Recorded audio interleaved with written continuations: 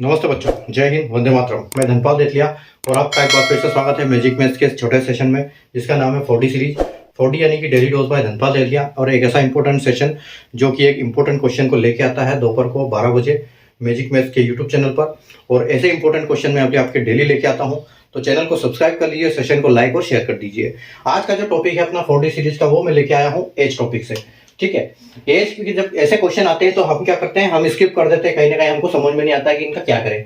तो आज मैं आपको ऐसे कॉन्सेप्ट बताऊंगा, इनको बिल्कुल हम 1 मिनट के अंदर इन क्वेश्चन को सॉल्व करेंगे और इसको हम यहाँ से आपको नंबर उसके पूरे मिलेंगे और आपका टाइम वेस्ट बिल्कुल नहीं होगा। तो कम से कम समय में हम कैसे कर सकते हैं इसको अपने लॉजिक से। ठीक है, तो आज मैं आपको लॉजिक वाला तरीका बताऊंगा इसमें। ठीक है, तो क्वेश्चन क्या है कि 1 year ago ratio of the ages of A and B was 3:4 respectively. After 1 year, ratio of their ages will be 10:13 respectively. What is the present age of B? तो 1 वर्ष पहले A और B की आयु का अनुपात क्रमशः 3:4 था। 1 वर्ष के बाद उनकी आयु का अनुपात क्रमशः 10:13 होगा। तो B की वर्तमान आयु क्या है? अब देखो यहाँ पर कॉन्सेप्ट क्या है, यहाँ पर दूसरा एक कॉन्सेप्ट में बताता हूं कि यहाँ पर प्रेजेंट तो इन्होंने दिया ही नहीं है कि प्रेजेंट में कितना है कोई ये। ठीक है, यहाँ पर इन्होंने दिया है कि +1 और एक दिया है -1। यहाँ 1 साल पहले की बात कर रहे हैं, 1 साल बाद की बात कर रहे हैं। तो 1 साल पहले क्या था? 1 साल पहले 3:4 था और अभी 1 साल बाद क्या हो जाएगा? 1 साल बाद हो जाएगा 10:13। ठीक है, 10:13 हो जाएगा। तो 1 साल बाद हो जाएगा 10:13। तो हम इसको कैसे निकालेंगे? देखो लॉजिक से हम लिखेंगे ए और बी की।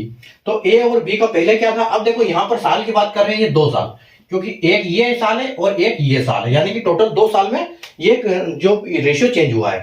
तो यहां पर आपका 3:4 है और पहले वाला रेशियो 3:4 है, दूसरे वाला रेशियो है आपका 10:13।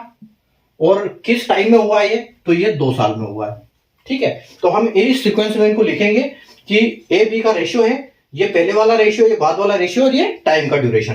अब हम इनको क्या करेंगे? मल्टीप्लाई कर देंगे, इसका इसके साथ और इसका इसके साथ। ठीक है, और इनका हम वो ले लेंगे डिफरेंस। तो देखो 13 × 39 और 10 × 40, यानी 40 में से 39 गया तो कितना बचा आपके पास? 1। ठीक है, दूसरा 10 दूना 20 और 13 दूना 26, यानी कि 26 में से 20 गया तो आपके पास बचा 6, यानी कि जो आपकी 1 की वैल्यू है वो 6 आ गई। ठीक है, अब इन्होंने पूछा क्या है कि बी की वर्तमान आयु क्या है? तो बी की वर्तमान आयु, यानी कि हम क्या करेंगे, अगर यहां हम क्या करते हैं कि जैसे वर्तमान आयु का ये रेशियो दिया होता है तो हम तुरंत उसमें मल्टीप्लाई करते हैं तो वो आ जाता है। लेकिन जब हम यहां पर करेंगे कि बी की क्या है, तो बी की 1 साल पहले क्या था? 4। तो हम 4 का मल्टीप्लाई करेंगे 6 से, तो 6 × 24 होता है। ठीक है, लेकिन ये कौन सी जो 24 साल उसकी आयु है वो क्या है? 1 साल पहले की है। ठीक है, क्योंकि 1 साल पहले का रेशियो है। तो हम इसमें करेंगे +1। ठीक है, तो +1 करेंगे यानी कि 25 हमारा आंसर आ जाएगा। ठीक है, और अगर इसी प्रकार अगर हम नीचे वाला रेशियो में कर देते हैं 13 में, तो हम 13 में जब करेंगे तो हमको 1 माइनस करना पड़ेगा वहां। 13 दूना 26 करेंगे। ठीक है, तो ये गलत हो जाएगा हमारा।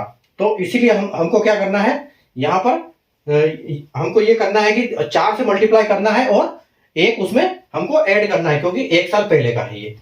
ठीक है, तो कॉन्सेप्ट आपको समझ में आ गया होगा। तो सेशन को लाइक कर दीजिए, शेयर कर दीजिए और चैनल को सब्सक्राइब कर लीजिए, क्योंकि इसी टाइप के क्वेश्चन मैं आपके लिए डेली लेके आता हूं। इंपॉर्टेंट क्वेश्चन का डोज है, आपके लिए बहुत जरूरी है। Thank you.